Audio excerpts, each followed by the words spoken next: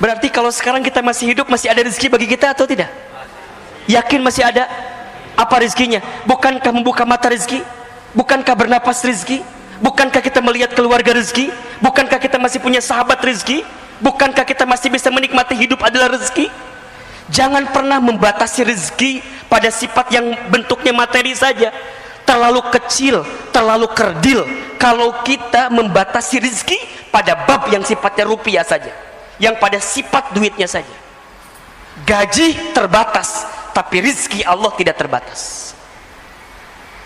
Gaji ada selipnya, tapi rezeki tidak ada selipnya. Bismillahirrahmanirrahim. Assalamualaikum warahmatullahi wabarakatuh. Subhanallahi wa bihamdihi, subhanallahil azim, adada khalqihi wa ridha nafsihi wa zinata arshihi wa midada kalimatihi. Asyhadu an la ilaha illallah wahdahu la syarikalah wa asyhadu anna Muhammadan abduhu wa rasuluh. Allahumma sholli ala sayyidina Muhammadin sallallahu alaihi wasallam. Dan tentu kita berharap kepada Allah, setiap hari yang kita jalani adalah hari-hari yang kita isi dalam kebaikan dan perbaikan. Maka orang beriman yang cerdas dalam hidupnya adalah dia yang paling banyak mempersiapkan bekal untuk kehidupan setelah kehidupan dunia ini. Rasulullah SAW pernah menyampaikan, satu kali Rasul pernah ditanya oleh seorang, "Ya Rasulullah, siapakah orang beriman yang paling utama hidupnya, yang paling mulia hidupnya?" Maka Rasulullah SAW kemudian menjawab, orang beriman yang paling mulia, yang paling utama hidupnya adalah ahsanuhum khuluqa, yang paling baik akhlaknya. Kemudian seseorang itu bertanya kembali, lantas siapakah orang beriman yang paling cerdas dalam hidupnya?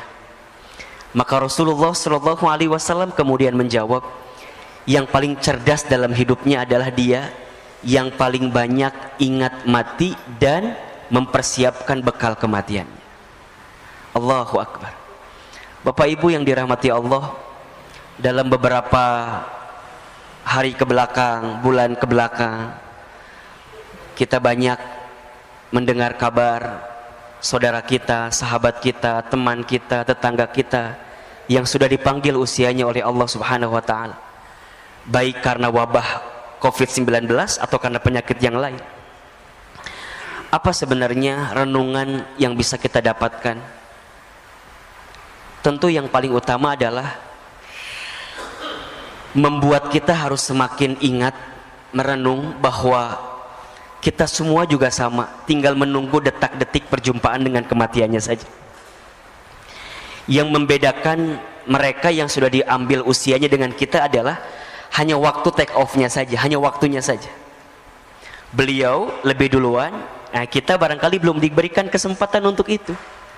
Hanya kita semua percaya bahwa kita semua pasti akan berjumpa dengan bab yang namanya kematian itu. Kullu nafsin dha'iqatul maut. Setiap yang bernafas, setiap yang berjiwa pasti akan meninggal, pasti akan mati. Maka ada 3 wasiat yang pernah disampaikan oleh malaikat Jibril alaihi salam kepada baginda Nabi Muhammad sallallahu alaihi wasallam, yang saya kira wasiat ini perlu kita renungi juga oleh kita sebagai umat Nabi sallallahu alaihi wasallam agar kita bisa menjalani hidup dengan tenang dan bahagia. Ahilman, apa wasiatnya? Ada 3. Yang pertama, kata Jibril, "Ya Muhammad, wahai Muhammad, ishma syi'ta fa innaka mayyitun." Hiduplah kamu sesuka kamu ingin hidup, silahkan. Tapi ingat, fa innaka mayyitun, kamu akan berjumpa dengan yang namanya kematian. Maka Bapak Ibu hadirin yang dirahmati Allah, setiap saat ketika kita masih diberikan kesempatan hidup di dunia oleh Allah, ingatlah bahwa kita pasti akan kembali kepada Allah. Inna lillahi wa inna ilaihi raji'un. Ya. Sehingga Apa yang kita mintakan kepada Allah selama kita hidup? Selama kita hidup, kita pengen bener hidup selamat di jalan Allah dan wafat dalam keadaan baik di jalan Allah. Kan doa yang sering kita bacakan itu kan, Allahumma inna nas'aluka salamatan fid din wa afiyatan fil jasad wa ziyadatan fil ilmi wa barakatan fil rizqi wa taubatan qabla al maut wa rahmatan indal maut wa maghfiratan ba'dal maut. Allahumma hawwin alaina fi syakaratil maut wan najata minan nar wal afwa indal hisab. Hidup selamat, sehat afiat, ilmu bertambah, rizki barokah, taubat sebelum wafat, rahmat ketika wafat, ampunan setelah wafat. Ya Rabb, ringankan sakaratul kami ya Rabbal alamin. Itu yang kita mintakan. Maka Bapak Ibu yang dirahmati Allah, berkali-kali Ahilman sampaikan kepada Bapak Ibu hadirin sekalian, kalau hari ini kita masih diberikan kesempatan usia oleh Allah, ingat dua hal saja. Yang pertama, boleh jadi karena amal kita masih sedikit, sehingga Allah berikan kesempatan usia agar di sisa usia ini kita sibuk beramal. Ya, kita tutupin kekurangan kita yang dulu gitu loh. Ustadz, dulu saya sering berbuat maksiat. Ustadz, dulu sering saya berbuat dosa. Oke, yang dulu pernah kita lakukan, tutup itu semua, bertaubat kepada Allah kalau salah. Kalau itu dosa, tinggalkan. Kalau itu maksiat, berhenti, bertaubat kepada Allah. Yakin, innallaha yuhibbut tawwabina wa yuhibbul mutatahhirin. Sesungguhnya Allah mencintai orang yang senantiasa bertobat.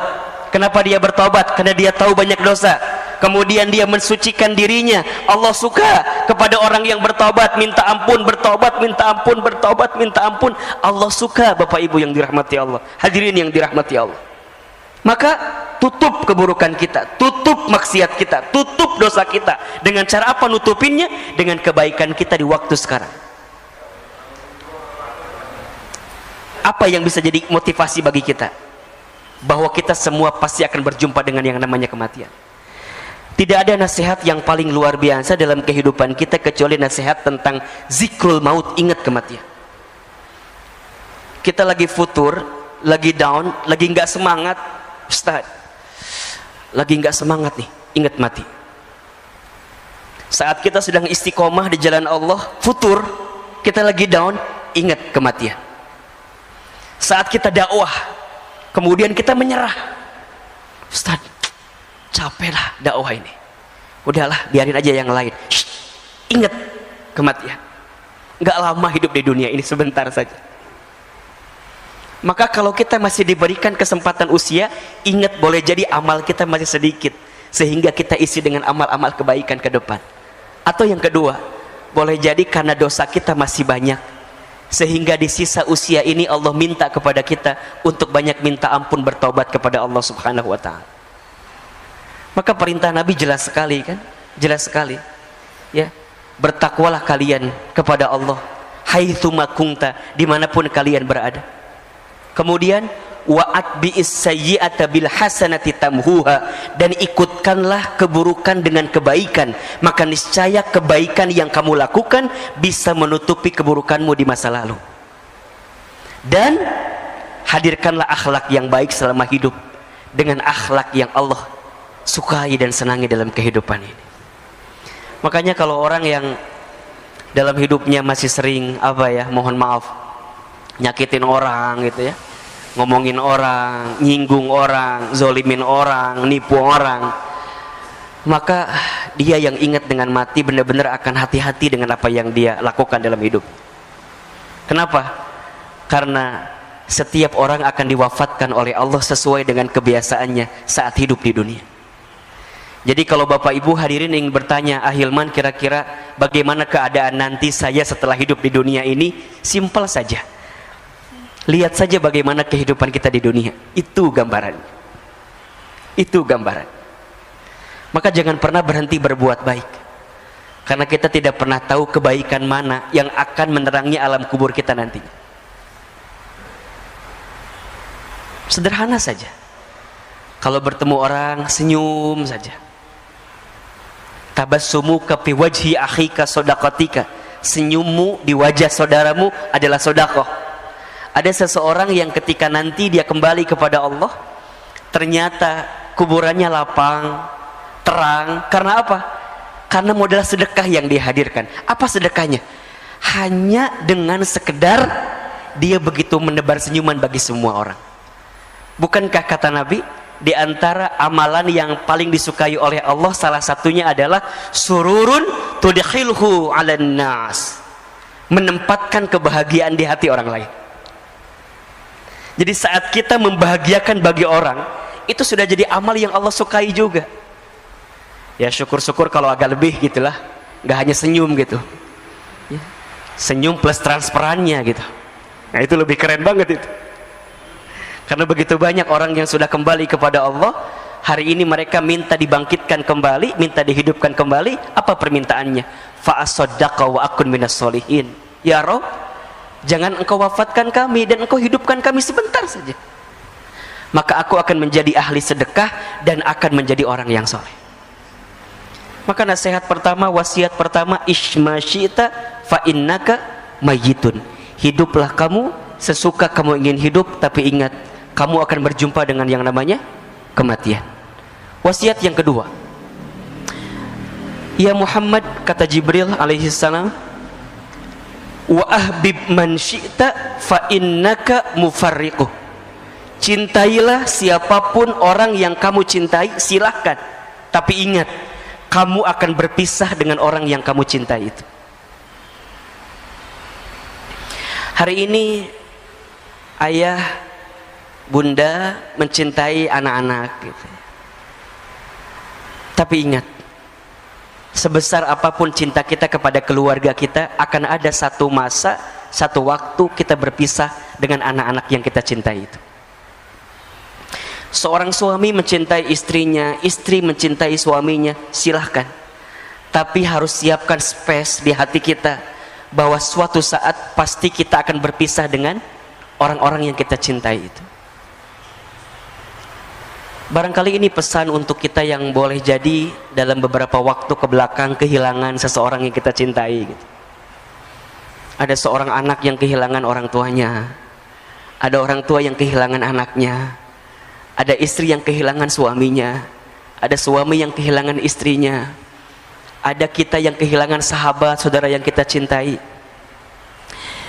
Sikap terbaik adalah terima keadaan itu.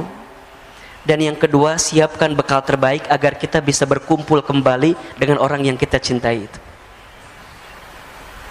Maka doakanlah orang-orang yang sudah kembali kepada Allah, karena mereka sungguh menanti doa-doa dari kita yang masih hidup ya. Doa-doa dari kita yang masih hidup sangat menanti, sangat menunggu. Tapi kan Ustadz, gitu kan, kadang ada bahasa tapi gitu. Saya tuh lah, kalau nggak ada suami saya, kalau nggak ada ayah saya, kalau nggak ada ibu saya, gimana kehidupan saya dan segala macamnya. Ya, yakin saja Allah selalu lebih tahu mana yang terbaik dibanding kita. Mungkin untuk kita pengennya beliau-beliau tuh masih ada gitu. Tapi ingat, catatan takdir Allah itu lebih baik daripada apa yang kita ketahui selama ini. Wa asa an takrahu syai'an wa huwa khairul lakum wa asa an tuhibbu syai'an wa huwa syarrul lakum wallahu ya'lamu wa antum la ta'lamun. Boleh jadi kamu membenci sesuatu padahal itu baik bagimu. Boleh jadi kamu menyukai sesuatu padahal itu buruk bagimu. Allah lebih tahu sedangkan kamu tidak mengetahuinya. Maka sikap pertama adalah terima bahwa kita pasti akan berpisah dengan orang yang kita cintai itu. So simpelnya, sederhananya, pesannya, ayah bunda, bapak ibu, jamaah, kalau hari ini kita masih bersama dengan orang yang kita cintai, maka cintailah mereka dengan sepenuh hati, dengan sepenuh cinta, karena kita akan merasakan kehilangan yang paling dalam ketika kita benar-benar kehilangan orang yang kita cintai itu. Maka belajarlah dari sekarang, para suami, para istri, belajarlah mencintai pasangan dengan sempurna, dengan sepenuh hati, dengan sepenuh cinta. Siapkan bekal terbaik bersama, agar ketika nanti kita berpisah di dunia, Allah kumpulkan kembali kita nanti di surganya Allah subhanahu wa ta'ala. Itu permintaan kita. Saya ditinggal orang tua saya ketika saya kecil. Sedih pasti, gelisah iya. Terus apa yang saya lakukan? Hari ini apa yang kita hadirkan? Kita berdakwah, kita belajar, kita menuntut ilmu, kita menyampaikan apa yang kita dapatkan dari guru-guru kita. Di antara motivasinya, ya Rob, kalau seandainya hamba di waktu kecil belum sempat bisa membalas kebaikan orang tua hamba, maka hamba bermohon kepadamu ya Rob, kalau hari ini ada sedikit ilmu yang hamba sampaikan kepada orang lain, tolong ya Rob, jadikan amal ini sebagai hadiah terbaik untuk orang tua hamba, agar kemudian nanti orang tua hamba bisa berkumpul kembali bersama hamba di tempat yang terbaik di hadapanmu ya Rabbal Alamin. Maka seorang anak yang ditinggal oleh orang tuanya, kalau kita ingin membahagiakan orang tua kita, tidak ada cara lain kecuali jadilah anak yang soleh. Itu, jadilah anak yang soleh. Doakan orang tua kita, beramal soleh, niatkan untuk orang tua kita. Insya Allah mudah-mudahan nyampe jadi kebaikan buat orang tua kita. Idza matal insan in qata'a amaluhu illa min salasin. Ketika manusia meninggal terputus semua amalnya. Ingat nih, perhatikan ya. Yang terputus amal siapa? Amal si mayit. Tapi kalau amal orang-orang yang beserta dengannya, bersama dengan dirinya, boleh jadi sampai. Apa diantaranya? Sodakatin jariyatin, sedekah jariah. Maka Bapak Ibu yang dirahmati Allah, kalau kita masih diberikan kesempatan hidup hari ini, silahkan bersedekah jariah. Ustaz, orang tua saya dulu nggak sempat bersedekah, apakah boleh kita anaknya melanjutkan? Silahkan. Insya Allah. Satu kali ada seorang sahabat bernama Sa'ad bin Ubadah radhiyallahu an bertanya kepada Nabi sallallahu alaihi wasallam, ya Rasulullah, aku ingin berbakti kepada ibundaku, tapi ibundaku sudah wafat. Bagaimana caranya agar aku bisa berbuat baik untuk ibundaku? Rasul kemudian menjawab, bersedekahlah untuk ibundamu. Kemudian sahabat ini bertanya kembali, ya Rasulullah, sedekah apa yang bisa aku berikan untuk ibundaku? Kata Nabi, sedekah air. Maksudnya gimana? Kata Nabi, bangunkan sumur atas nama ibundamu, maka insya Allah setiap sumur yang nanti keluar airnya digunakan oleh orang lain, maka setiap air yang mengalir itu akan sampai pahalanya untuk ibundamu yang sudah wafat. Maka ayo siapkan dari sekarang apa? Insya Allah akan mengalir terus deras. Kalau ada orang tuanya yang sudah wafat, coba tengok, kalau masih ada hartanya yang sekiranya bisa kita sedekahkan kepada kepentingan umat, keluarkan. Baik itu masjidnya kah, baik itu fasilitas yang ada di masjidnya kah, karpetnya, AC-nya, kipas anginnya, gentengnya, lantainya, semua niatkan.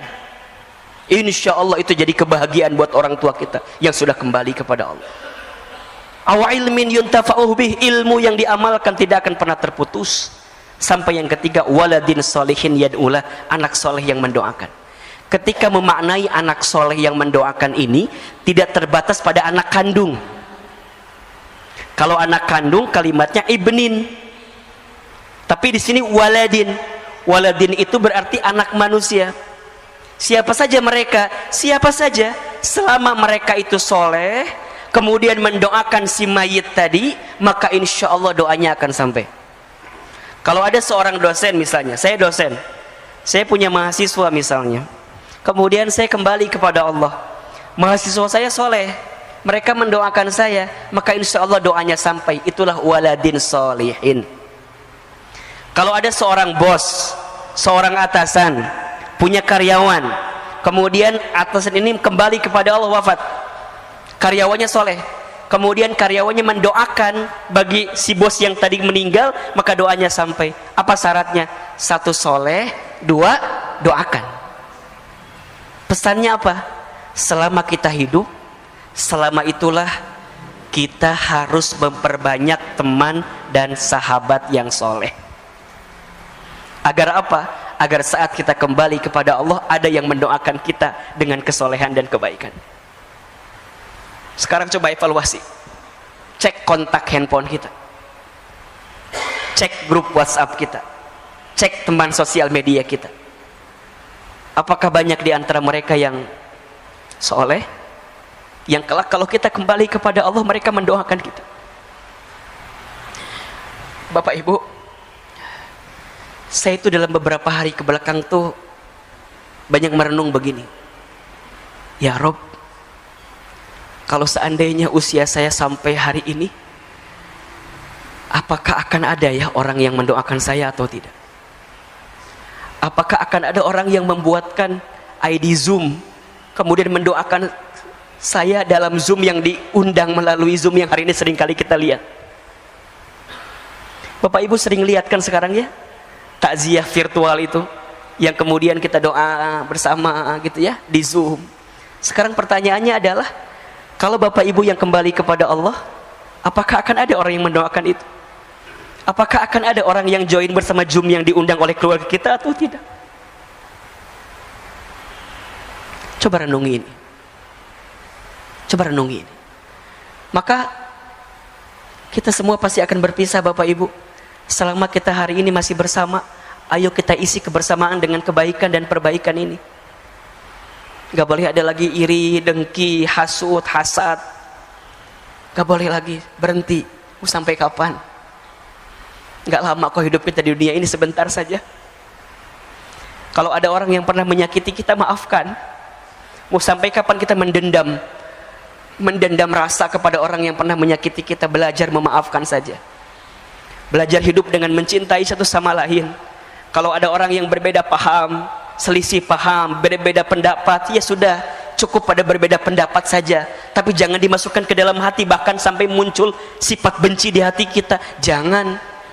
Sifat benci kepada orang lain yang kita tanam itu, itulah yang menjauhkan kita dari rahmat Allah Subhanahu wa ta'ala. Maka case close, bersih, selesai. Berpisah sebentar lagi kita. Maka ayo berdamai. Yang sering berantem, yang masih berantem, ya, berdamai, selesailah. Kita akan berpisah kok sebentar lagi. Yang ketiga wasiatnya, kata Jibril alaihissalam, ya Muhammad, wa'mal ma syi'ta fa innaka mazyun bih. Wahai Muhammad, lakukan saja apa yang ingin kamu lakukan, perbuat saja apa yang ingin kamu perbuat, tapi ingat, mazyun bih, kamu akan diminta pertanggungjawaban dari apa yang kamu lakukan. Apa yang perlu kita sadari? Banyak. Satu, sadar kalau kita hamba Allah yang sangat lemah. La haula wa la quwata illa billah. Apa yang kita sombongkan dalam hidup ternyata tidak ada yang pantas kita sombongkan, karena hakikatnya kita adalah manusia yang lemah. Yang kedua, Allah pengen kita sadar, boleh jadi selama ini banyak dosa-dosa yang pernah kita lakukan, banyak maksiat yang pernah kita kerjakan, sehingga kita harus sadar diri betul bahwa kita harus segera bertaubat kepada Allah. Akui kalau kita zalim, akui kalau kita salah. Bukankah sifat pengakuan diri terhadap kesalahan itu adalah sesuatu yang sangat disukai oleh Allah dalam diri kita? Ketika Nabi Adam alaihi salam itu dikeluarkan dari surga karena berbuat sesuatu yang dibenci oleh Allah, apa yang Nabi Adam melakukan? Berdoa dengan mengakui kesalahannya. Rabbana dzalamna anfusana wa illam taghfir lana wa tarhamna lanakunanna minal khasirin. Rabbana dzalamna, ya Rabb, dzalamna, kami zalim.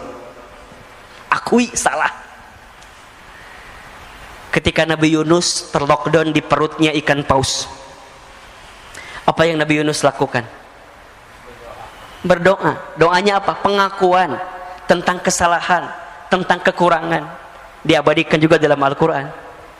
La ilaha illa anta Subhanaka inni kuntu minadz zalimin.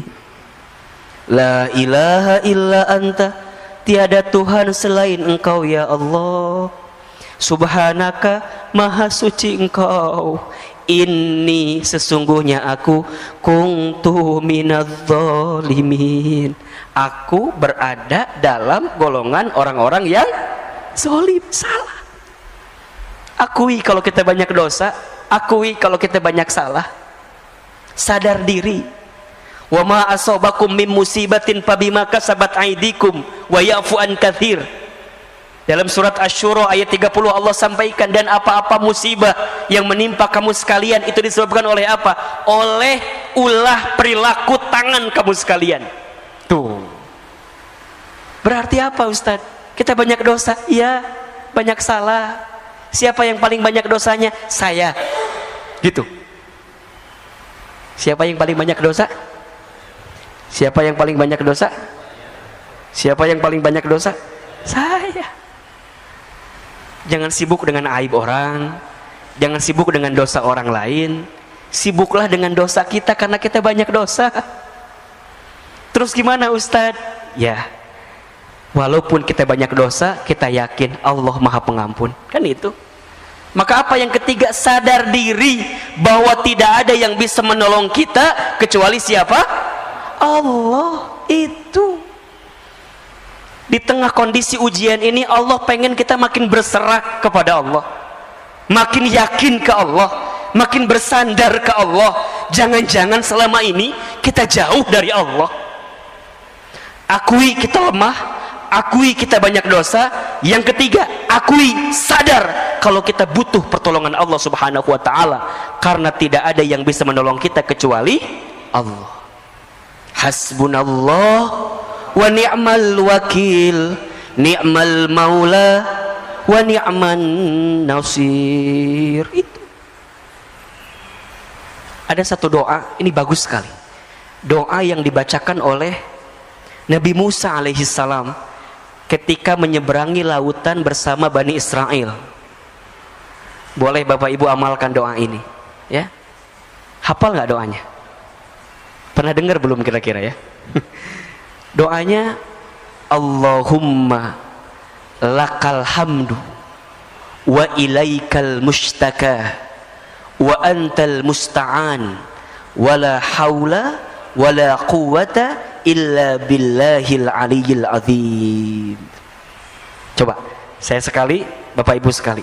Allahumma lakal hamdu wa ilaikal mustaka wa antal musta'an wa la hawla wa la quwwata illa billahil aliyyil azim. Ini doanya. Doa ketika Nabi Musa menyeberangi lautan bersama Bani Israel. Jadi bahasanya lagi mepet nih, lagi himpit kan? Di depan lautan, di belakang pasukan Firaun. Ya kan?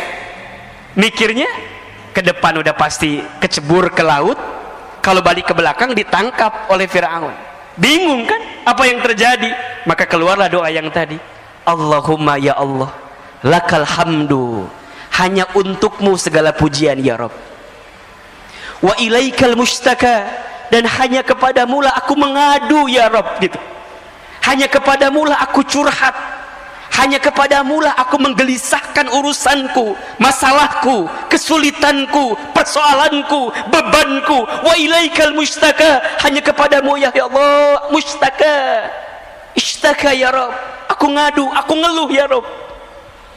Bapak Ibu, ngeluh tuh boleh apa enggak? Boleh, asalkan ngeluhnya sama siapa? Punten.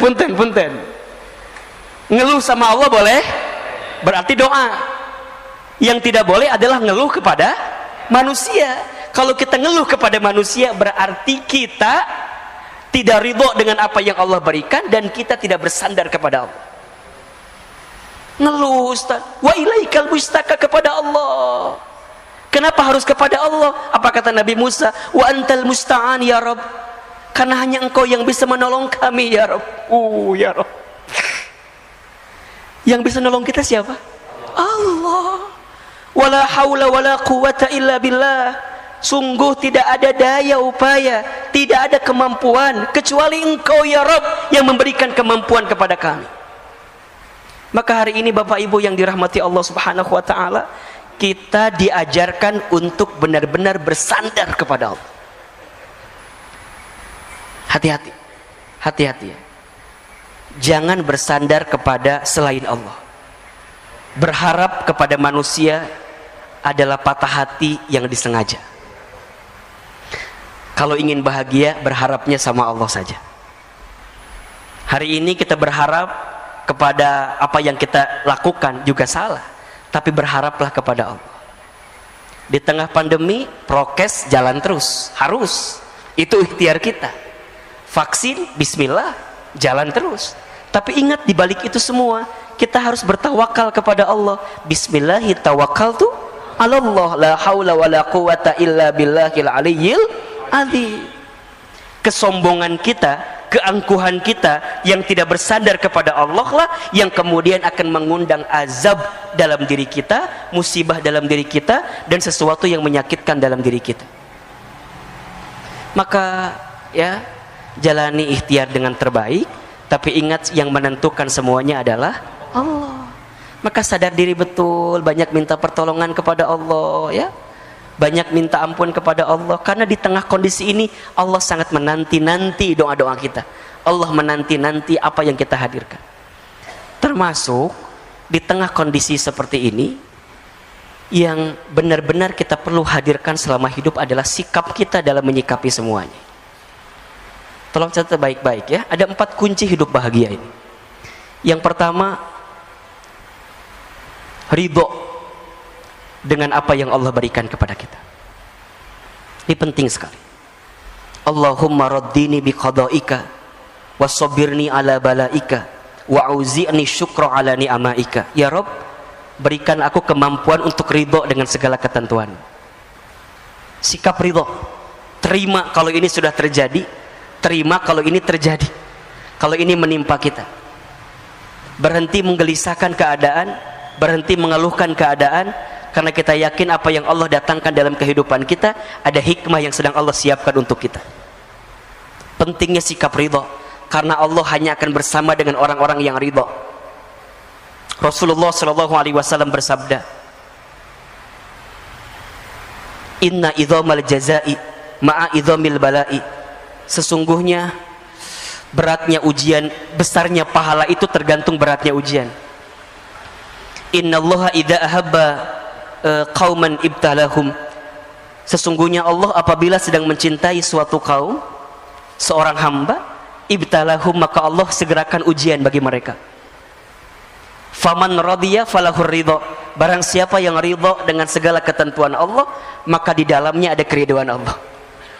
Waman sakhita, dan barang siapa yang murka, yang benci, yang marah dengan segala ketentuan Allah, falahus sukhtu, maka di dalamnya ada kemurkaan dari Allah. Maka sikap pertama ridho, terima dengan keadaan yang kita dapatkan saat ini. Yang kedua, ikhlas ketika melakukan sesuatu. Ridho saat menerima, ikhlas saat melepas. Lakukan sesuatu karena Allah. Belajarlah melakukan sesuatu karena Allah. Inna sholati wa nusuki wa mahyaya wa mamati lillahi rabbil alamin. Yang ketiga, sabar ketika diberi musibah. Dan yang keempat, syukur ketika diberi nikmat. 4 kunci bahagia. Ridho ketika menerima, ikhlas ketika melepas, sabar ketika ditimpa musibah, syukur ketika diberi nikmat. Termasuk hari ini boleh jadi ada di antara kita yang sedang gelisah dengan urusan rezeki ya. Karena bab kita bicara tentang bekerja gitu ya. Saya mohon izin, mungkin tadi di awal-awal lebih banyak kepada konteks menyadari kita tentang keadaan pandemi ini gitu ya. Nah, di tengah kondisi kita saat ini, saya tahu kita hari ini sedang banyak gelisah dengan urusan rezeki. Betul apa enggak? Betul? Banyak orang yang mungkin mohon maaf ya, harus di PHK, diberhentikan, dirumahkan. Ada nggak? Banyak. Ada orang yang omset bisnisnya berkurang. Ada? Ada. Gelisah wajar, resah wajar. Yang tidak boleh apa? Berlebihan dalam kegelisahan, dan gelisahnya sama siapa, itu yang tidak boleh. Kalau kita mengadukan kondisi ini kepada Allah, sah-sah saja, boleh-boleh saja. Tapi terlalu sayang kalau air mata kita menetes hanya untuk urusan dunia yang kecil saja gitu. Karena dunia ini bukan sesuatu yang tanda kutip ya, benar-benar utama dalam hidup gitu loh. Perintah Allah kepada kita dalam urusan dunia apa coba? Wala tansa nasibaka minad dunia. Jangan lupakan urusan dunia. Kalau jangan lupakan gimana? Ya udah biasa aja gitu. Yang paling utama apa? Wabtaghi fima atakallahu darul akhirah wala tansa nasibaka minad dunia, kan begitu. Dan carilah keutamaan akhirat. Jadi utamanya apa? Akhirat. Dunianya apa? Wala tansa nasibaka minad dunia. Jangan lupakan urusan dunia gitu. Bahkan kalau kita merujuk ayat lain, perintah Allah dalam urusan dunia apa? Famshu fi manakibiha. Jalanlah. Jalan tuh gimana? Ya jalan aja gitu. Tapi kalau urusan akhirat apa? Wasari'u ila magfiratin min rabbikum. Dan berlarilah, kan gitu. Wasari'u, dan berlarilah mengejar ampunan Allah, surganya Allah. Kalau urusan dunia apa? Famshu fi manakibiha. Berjalanlah. Oh berarti Ustadz nggak penting atau dunia tuh? Iya, salah juga. Dunia itu penting, tapi bagaimana cara kita meletakkan kepentingan dunia, itu yang harus proporsional. Hari ini urusan rezeki, gimana cara menyikapinya Ustadz? Galau betul, gelisah betul Ustadz, bingung Ustadz. Tentang rezeki ya, catat, ada 4 sikap yang perlu kita hadirkan. 1, rezeki sudah tertakar, tak mungkin tertukar. Ulangi apa Bapak Ibu? Saya sekali Bapak Ibu sekali ya. Rezeki sudah tertakar. Rezeki sudah tertakar, tak mungkin tertukar. Yakin atau tidak? Percaya atau tidak? Serius? Benar? Betul? Terus kenapa masih gelisah? Cicilan belum dibayar Ustaz. Apa Bu? Ustaz, apakah setiap manusia yang hidup sudah tertakar rezekinya? Sudah. Surat Hud ayat 6, perhatikan. Surat Hud ayat 6. Ini ayat yang kalau saya lagi gelisah urusan rezeki, Bapak Ibu, Ahilman juga sering gelisah urusan rezeki. Manusia biasa. Kalau saya sedang gelisah, saya buka ayat ini. Ya. Apa kata Allah? A'udzubillahi minasyaitonirrajim. Bismillahirrahmanirrahim. Wa ma min dabbatin fil ardi illa 'alallahi rizquha. Tuh. Wa ma min dabbatin, dan tidak ada makhluk yang melata hidup fil ardi, di muka bumi. Jadi bahasa gampangnya, makhluk yang melata aja gitu. Makhluk yang melata aja gitu. Apalagi kita yang tidak melata. Kita melata atau tidak? Yang melata contohnya apa? Apa Bu yang melata? Cicak. Cicak ada rezekinya atau tidak? Rezeki cicak apa? Nyamuk. Nyamuknya datang sendiri atau cicak yang nyamperin nyamuk?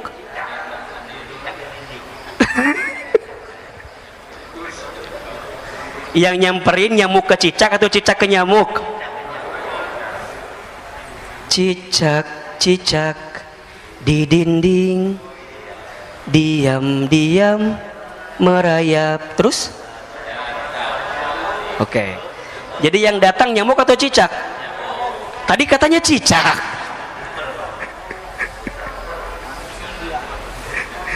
Tidak usah memperdebatkan nyanyian itu lah ya. Bapak Ibu, ini banyak orang yang lupa tuh.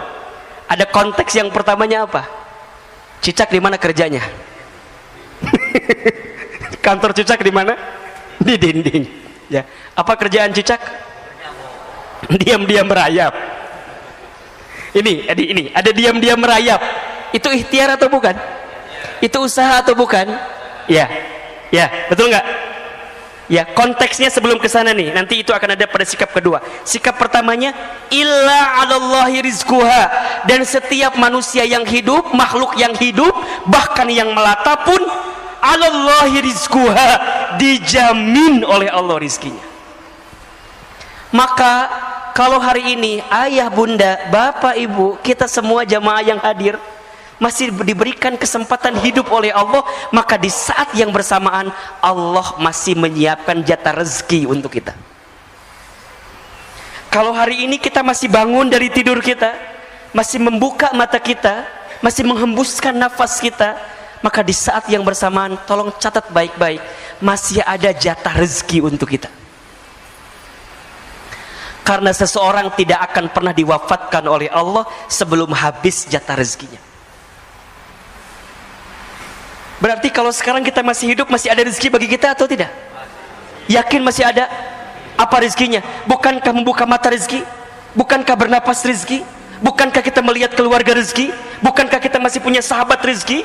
Bukankah kita masih bisa menikmati hidup adalah rezeki? Jangan pernah membatasi rezeki pada sifat yang bentuknya materi saja. Terlalu kecil, terlalu kerdil kalau kita membatasi rezeki pada bab yang sifatnya rupiah saja, yang pada sifat duitnya saja. Gaji terbatas, tapi rezeki Allah tidak terbatas. Gaji ada selipnya, tapi rezeki tidak ada selipnya. Gaji ada tanggal bulannya, tapi rezeki tidak ada tanggal bulannya. Setuju atau tidak? Yakin? Paham? Jadi kalau hari ini kita masih hidup, masih ada rezeki atau tidak? Tuh, kenapa insya Allah jawabannya? Kadang-kadang insya Allah nggak yakin gitu loh. Yakin. Maka apa sifat yang kedua sikapnya? Ikhtiar.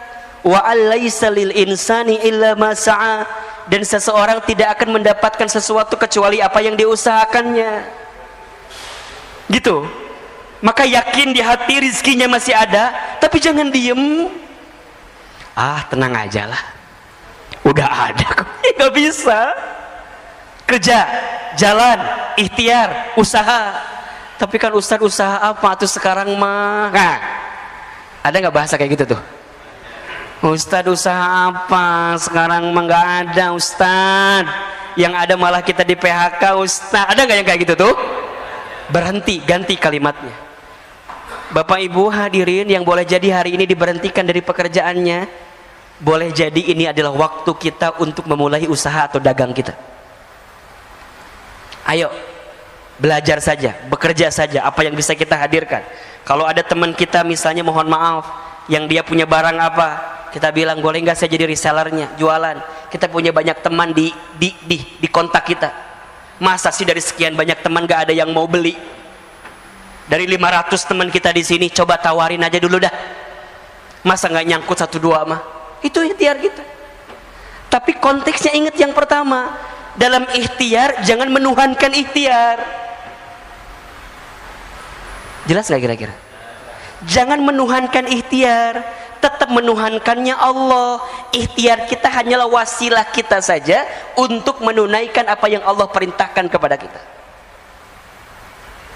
Ada yang nanya gini, Ahilman, iya, kan katanya rezeki sudah tertakar, tak mungkin tertukar, sudah dijamin.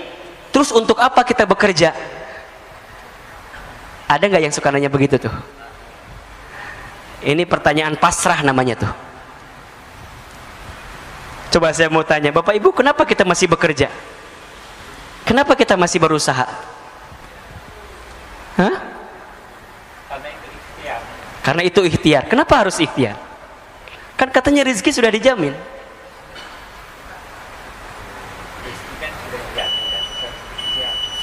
Oke, kalau Bapak Ibu belum bisa menjawab ini, berarti selama ini kita masih menuhankan ikhtiar kita.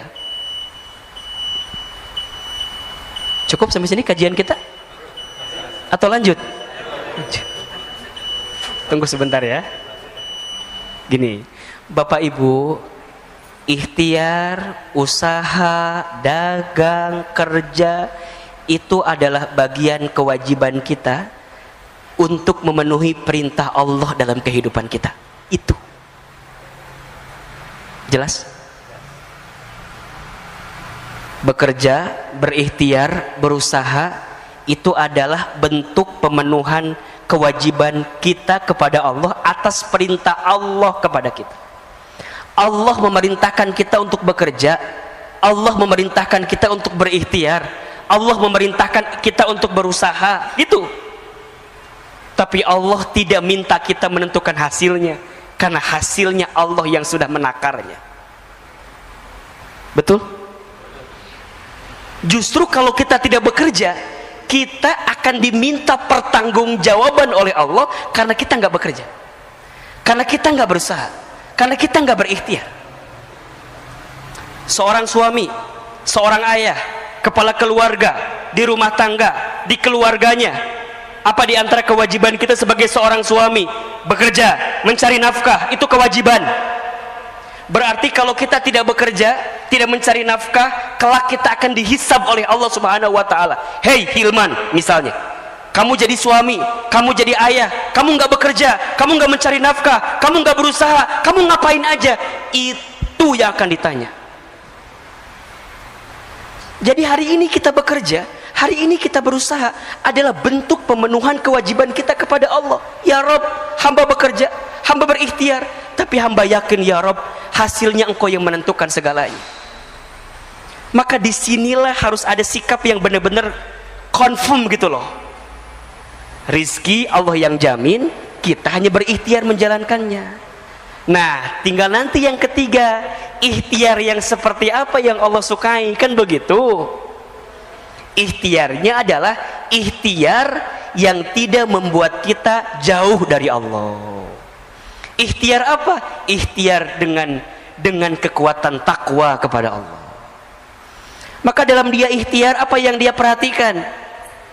Bukan banyak sedikitnya harta yang dia dapatkan, bukan. Apa yang dia pikirkan? Halal haramnya, berkah tidaknya, surga nerakanya, baik tidaknya, itu yang dia pikirkan. Bukan banyak sedikit, tapi yang dia pikirkan, ini berkah nggak ya? Ini halal tidak ya? Itu jadi pertimbangan betul. Kenapa? Karena bekerja yang dihiasi dengan ketakwaan kepada Allah, maka itulah yang akan mengantarkan keberkahan dalam hidupnya. Wa may yattaqillah yaj'al lahu makhraja wa yarzuqhu min haitsu la yahtasib. Dan barang siapa yang bertakwa kepada Allah, dalam bekerjanya ada ketakwaan kepada Allah. Satu, dia tidak meninggalkan perintah Allah, tahu betul mana prioritasnya. Ketika datang panggilan azan, panggilan sholat, kemudian dia berhenti sejenak, tunaikan perintah Allah. Ketika memilah-milih pekerjaan, maka dia pilih-pilih benar-benar pekerjaannya. Bukan hanya gajinya besar atau kecil, bukan, tapi ini berkah nggak ya? Ini halal nggak ya? Ustadz, apa itu ukuran berkah? Dua ukuran berkah itu. Satu, berkah itu kan maknanya ziyadatul khair ya, bertambahnya kebaikan. Ada dua indikatornya. Satu, bertambah ketaatan kita kepada Allah. Yang kedua, bertambah manfaat kita kepada manusia. Nah, itu berkah tuh. Jadi kalau hari ini Bapak Ibu ingin mengukur apakah pekerjaan saya berkah, apakah harta saya berkah, lihat dua hal tadi. Satu, apakah membuat kita makin dekat dan taat ke Allah atau tidak. Kalau dengan pekerjaan ini malah kita malah jauh dari Allah, melakukan semua yang Allah larang, malah di dalamnya mohon maaf ada dosa, ada maksiat, nggak berkah sebanyak apapun yang kita dapatkan. Dan yang kedua, bermanfaat bagi manusia yang lain. Tinggal yang keempat, nanti hasilnya apa? Kita serahkan hasilnya kepada Allah. Yakin rezeki dijamin oleh Allah. Dua, ikhtiar sebagai bentuk kewajiban kita atas perintah dari Allah. Yang tawakal itu adanya di awal, di tengah, atau di akhir? Di mana? Di semuanya. Tawakal sebelum ikhtiar. Apa contohnya? Apa? doa, ya kan? Niatnya benar. Hari ini kita sholat subuh, sebelumnya sholat tahajud. Ini tawakal sebelum ikhtiar kita gitu loh. Datangi Allah, ketuk pintu langitnya, angkat kedua telapak tangan, munajat kepada Allah, minta sama Allah. Kadang-kadang fokus kita lebih sibuk kepada pekerjaan kita, tapi kita nggak ngetuk pintunya Allah sebelum kita bekerja. Kita ini kadang-kadang kalau ketinggalan kereta, sibuknya minta ampun. Tapi kita lupa ini untuk menengadahkan tangan, untuk bermohon kepada Allah dengan urusan-urusan dunia kita agar Allah menuntun kita. Maka ada tawakal sebelum ikhtiar. Bagaimana caranya? Datangi Allah, bangun di sepertiga malam, sholat tahajud, munajat, zikir, doa, muhasabah, nangis di hadapan Allah. Mohon maaf, kalau kita menginginkan sesuatu tapi masih belum terbukti dengan sholat tahajud kita, berarti kita masih belum serius, belum bersungguh-sungguh menginginkan sesuatu yang kita mintakan kepada Allah. Maka hari ini Bapak Ibu, sahabat saya yang sedang sulit urusan dunianya, urusan rezekinya, ayo bangun di sepertiga malam, minta sama Allah. Nangis kalau bisa. Bukankah waktu sepertiga malam itu adalah waktu yang sangat istimewa? Janji Allah kepada kita surat Al-Isra 79. Wa minal laili fatahajjad bihi nafilatan laka asa ayyab'asaka rabbuka maqaman mahmuda. Dan di waktu malam fatahajjad bihi, bangunlah kamu. Untuk apa? Dirikan salat tahajud nafilatan laka, sebagai tambahan untuk dirimu. Apa yang Allah janjikan kepada kita? Asa ayyab'asaka rabbuka maqaman mahmuda. Maka niscaya Allah akan angkat derajat hidupmu maqaman mahmuda, ke tempat yang mulia. Ayo bangun, bangun. Ini bagian ikhtiar kita tawakal kepada Allah. Kemudian sholat 2 rakaat sebelum subuh. Bukankah kita tahu pesan dari Nabi SAW, barang siapa yang menunaikan sholat 2 rakaat sebelum waktu subuh, maka sama dengan dia mendapatkan pahala seperti mendapatkan apa? Dunia beserta isinya. Itu baru sholat sunnahnya 2 rakaat sebelum subuh. Gimana sholat subuhnya? Gitu cara membacanya. Kadang-kadang kita mah, Ustadz, berarti cukup atau Ustadz ya 2 rakaat sebelum subuh, subuhnya nggak sholat. Salah ini. Sebelum subuhnya aja udah dapat dunia beserta isinya, apalagi sholat subuhnya. Apa yang dia dapatkan? Dunia, akhirat, semua. Bahkan barang siapa yang salat subuh berjamaah di masjid, maka fi zimmatillah, maka di hari itu dia sedang berada dalam penjagaan Allah Subhanahu wa taala. Insyaallah. Kalau sudah Allah jaga, apa yang kita risaukan? Kalau sudah Allah jaga, apa yang kita gelisahkan? Betul atau tidak? Berarti ada tawakal sebelum ikhtiar. Yang kedua, tawakal ketika ikhtiar. Gimana maksudnya? Kita hanya memilih mana yang baik menurut Allah, bukan yang baik menurut kita. Karena yang baik menurut kita belum tentu baik di mata Allah, tapi yang baik menurut Allah itu pasti baik untuk kita. Maka benar-benar dia pertimbangkan, ini baik nggak ya, ini enggak ya, ini halal nggak ya, ini haram nggak ya. Itu tawakal kepada Allah. Dan dia tidak meninggalkan kewajibannya kepada Allah. Termasuk kewajiban kita kepada Allah adalah ikhtiar dan usaha kita. Sampai yang ketiga, tawakal ba'da ikhtiar. Tawakal setelah ikhtiar. Kita serahkan hasilnya kepada Allah. Maksimalkan ikhtiar, kuatkan doa, hasilnya kita serahkan kepada Allah, karena Allah lebih tahu apa yang diberikan untuk kita semua. Maka Bapak Ibu yang dirahmati Allah, hadirkan syukur di hati kita. Betul-betul bersyukur. Banyak sekali nikmat yang Allah berikan kepada kita. Belajarlah menghadirkan sifat qanaah namanya. Qanaah itu merasa cukup dengan apa yang Allah berikan kepada kita. Dalam urusan apa? Urusan dunia. Merasa cukup. Ya, cukup. Kan enak ya Pak? Hidup cukup tuh enak gak Pak?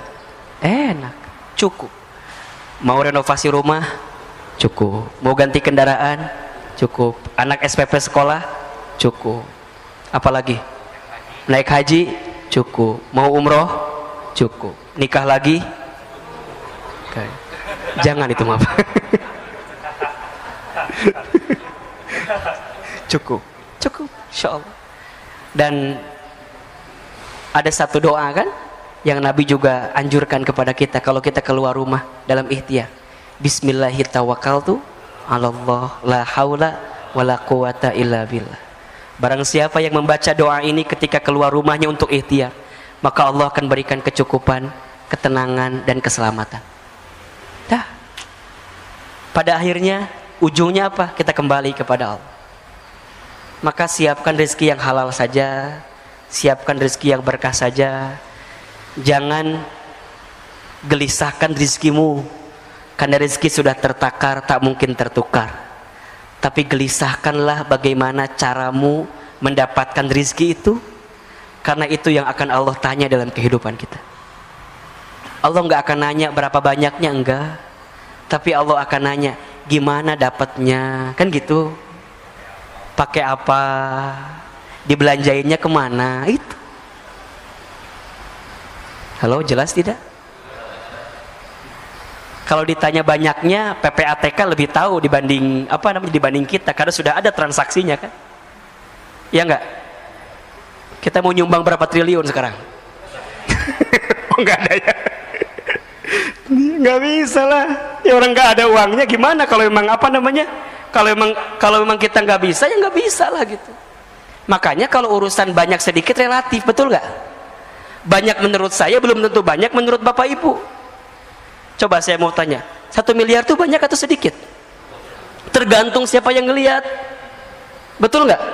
Bagi saya, banyak banget. Banyak banget.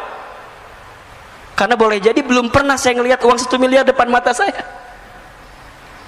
Tapi bagi Bapak Ibu jamaah MRBJ kan 1 miliar mah tuh, ngedip doang kali. Ya, jamaah Bintaro kan rumahnya aja minimal 4 miliar. Halo? Halo, jelas tidak? Terus apa yang kita gelisahkan sekarang? Halo? Apa yang kita gelisahkan? Kita masih Ustadz, susah. Itu. Saya sering kali ketemu orang itu Bapak Ibu. Kalau ketemu tuh gelisah gitu loh. Ustadz, susah sekarang hidupnya. Ya Allah, rumah dia segede Alaihim. Rumahnya segede Alaihim masih ngomong susah. Ya Allah. Saya bilang, Bapak di mana rumahnya? Bintaro. Sektor berapa? 9. Sektor 3. Masih ngomong susah. Ya Rob, gimana saya? Yang rumahnya bukan di Bintaro. Sekarang nggak tahu, besok mungkin di Bintaro kali. Ini banyak yang amin harus beli rumah di Bintaro kayaknya. Jadi masih ngomongin susah ya Rob. Coba deh, mulai hari ini bicaranya, Ustadz, alhamdulillah. Di tengah pandemi ini bahagia betul. Enak gak kalimat begitu? Enak. Walaupun susah, tapi kalimatnya bahagia. Nular ke kita Pak. Nular. Bapak ketemu orang yang ngomongnya negatif mulu tuh, ngaruh ke kita. Ngaruh betul. Bapak ketemu orang ngomongnya curhat terus, gelisah terus, urusan dunia. Capek nggak Pak? Capek. Kita juga sama Pak. Masa kita harus ngomong dua-duanya?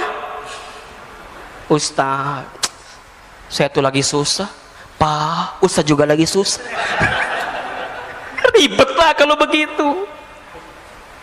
Makanya saya mohon izin ya, mungkin Bapak Ibu yang sering ngobrol sama saya di MRBJ gitu ya, para pengurus, rasa-rasanya nanti kalau saya bicara selalu optimis aja gitu loh. Udah bismillah aja, yakin aja, sok ya, gitu. Minimal nyemangatin, walaupun belum tentu juga gitu Pak. Karena kalau kita negatif semua. Tapi kalau kita bicaranya yakin, optimis, positif, naikin imun, minimal naikin imun. Makanya Bapak Ibu nih punten ya, yang sering update status, udahlah, sekarang statusnya yang baik-baik aja dah. Jangan bikin status yang bikin kita gelisah galau, jadi penyakit buat kitanya. Makanya kalau ada yang statusnya nggak jelas, udah delete aja dah. Gak usah jadi teman kita, pusing. Imun kita turun Pak. Coba Bapak dapat berita yang kira-kira hoax dan segala macam, ngaruh nggak Pak? Ngaruh. Malah kalau bisa mah udahlah sosial media distancing lah, matiin lah liur. Pusing nggak kira-kira? Pusing. Coba bapak ibu ada status begini nih, gini nih contohnya nih, lapar. Status macam apa itu ya? Lapar. Tinggal makan gitu ya. Kalau ada itu juga. Kalau nggak ada gimana? Bukan, bapak kirim GoFood ke dia gitu loh. Ini cuma baca doang. Oh, alhamdulillah masih ada yang lapar, ya Allah. Berarti sama-sama saya lapar juga. Bismillah, yakin. Oh, ya Allah. Ternyata ada juga kondisi yang begini, doakan. Ayo, kalau kita berlebih harta, berikan. Coba, nggak pernah akan habis, Pak. Ya, harta itu kan dibagi 3 ya. Ada harta yang dimakan, ujungnya jadi kotoran, kan begitu ya. Ada harta yang disimpan, ujungnya jadi apa? Jadi simpanan. Kalau kita meninggal jadi apa? Jadi warisan. Kalau anak kita soleh jadi apa? Jadi kebaikan. Kalau anak kita salah, jadi sengketaan. Berantem dah, ya enggak? Yang ketiga, harta yang kita amalkan, yang jadi bekal kita sedekahkan, itu yang akan jadi jalan kita menuju Allah kelak nantinya. Maka ayolah hidup secukupnya saja, hidup yang cukup. Insya Allah mudah-mudahan kita lebih tegar, lebih yakin ya. Maka nasihatnya adalah kalau kita senang, senang sekedarnya. Kalau kita sedih, sedih sewajarnya, kan gitu. Pada akhirnya semua akan berhenti, pergi dan selesai.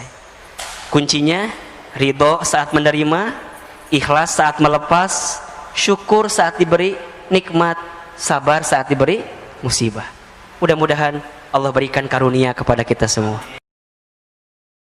Dan tentu kita berharap kepada Allah, setiap hari yang kita jalani adalah hari-hari yang kita isi dalam kebaikan dan perbaikan. Maka orang beriman yang cerdas dalam hidup